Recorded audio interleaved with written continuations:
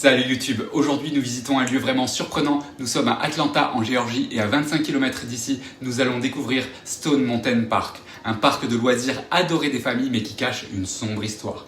Et moi, je ne connaissais même pas. Quand j'ai découvert tout ça, j'ai halluciné. Regardez ce que j'ai loué pour cette aventure. Une Ford Bronco, je l'adore. Elle est surélevée avec des roues énormes. Rien n'est d'origine sur cette voiture. Elle est parfaite pour explorer et sortir des sentiers battus. Stone Mountain, c'est la destination familiale numéro 1 autour d'Atlanta.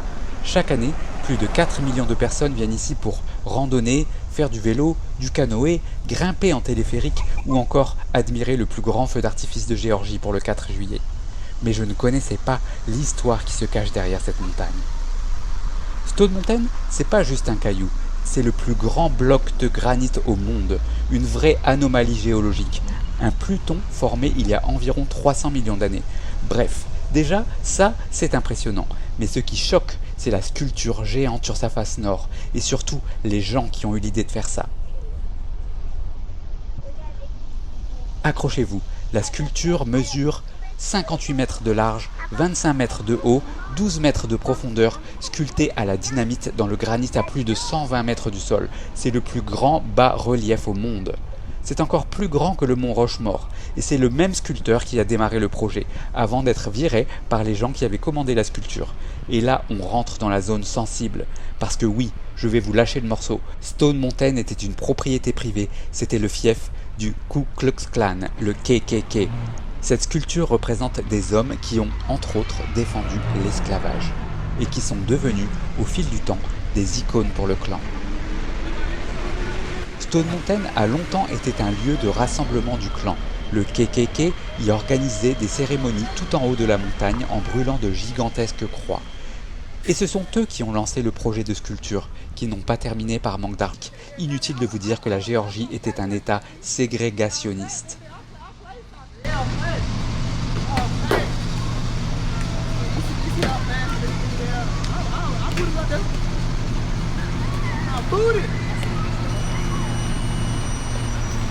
Et la sculpture trône toujours là, imposante, massive.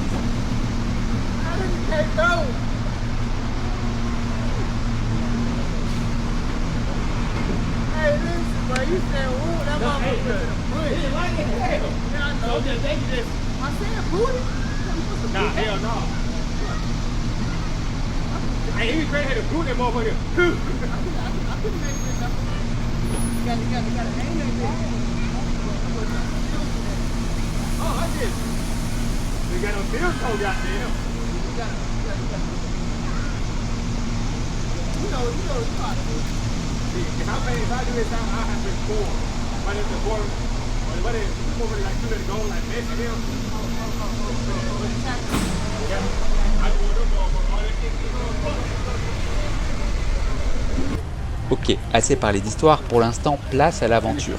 Il y a plein de trucs cool à faire à Stone Mountain.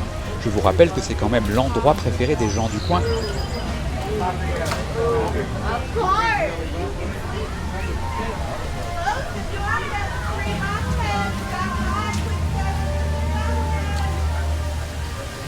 Allez ma chère.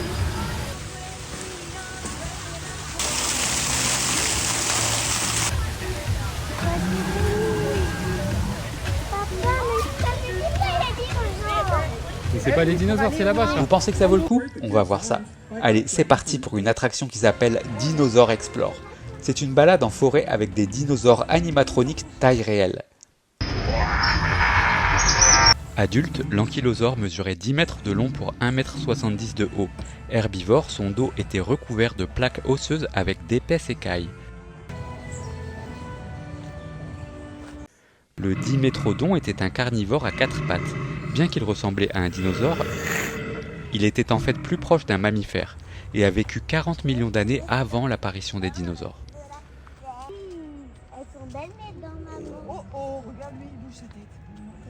Le Protocératops mesurait 2 mètres de long pour 150 kg. Il existe un célèbre fossile d'un vélociraptor attaquant, un Protocératops. Le Stégosaurus était un herbivore, il mesurait 9 mètres de long, 4 mètres de haut pour 4 tonnes. Ses larges plaques osseuses sur le dos l'aidaient probablement à réguler sa température.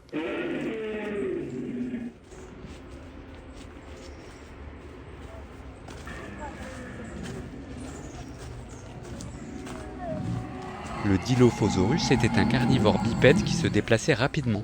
Il mesurait 2 mètres de haut pour 6 mètres de long et pesait 500 kg.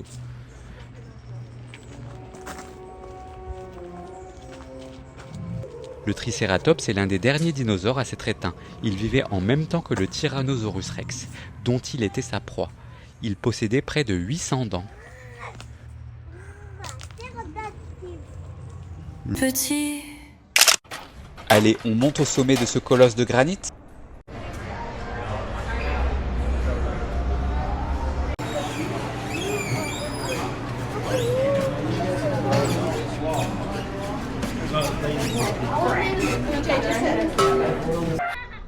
On dirait qu'on marche sur la lune. Certaines scènes de la série Stranger Things ont été tournées ici, dans les bois autour du parc. C'est vrai que l'ambiance colle bien. Alors voilà, il y a encore plein d'autres attractions à faire, mais nous devons partir. Stone Mountain, c'est à la fois un parc familial génial, un site naturel spectaculaire et un lieu chargé d'une histoire très lourde. Et ça fait réfléchir. Entre 2 attractions, 2 selfies, 2 glaces, on se dit, qu'est-ce qu'on fait de ça ? Est-ce qu'il faut dynamiter la sculpture, la modifier, la laisser ? Dites-moi en commentaire ce que vous en pensez, j'ai vraiment envie d'avoir vos avis. N'oubliez pas de liker la vidéo si vous l'avez aimée et abonnez-vous pour suivre la suite des aventures en famille à travers les États-Unis.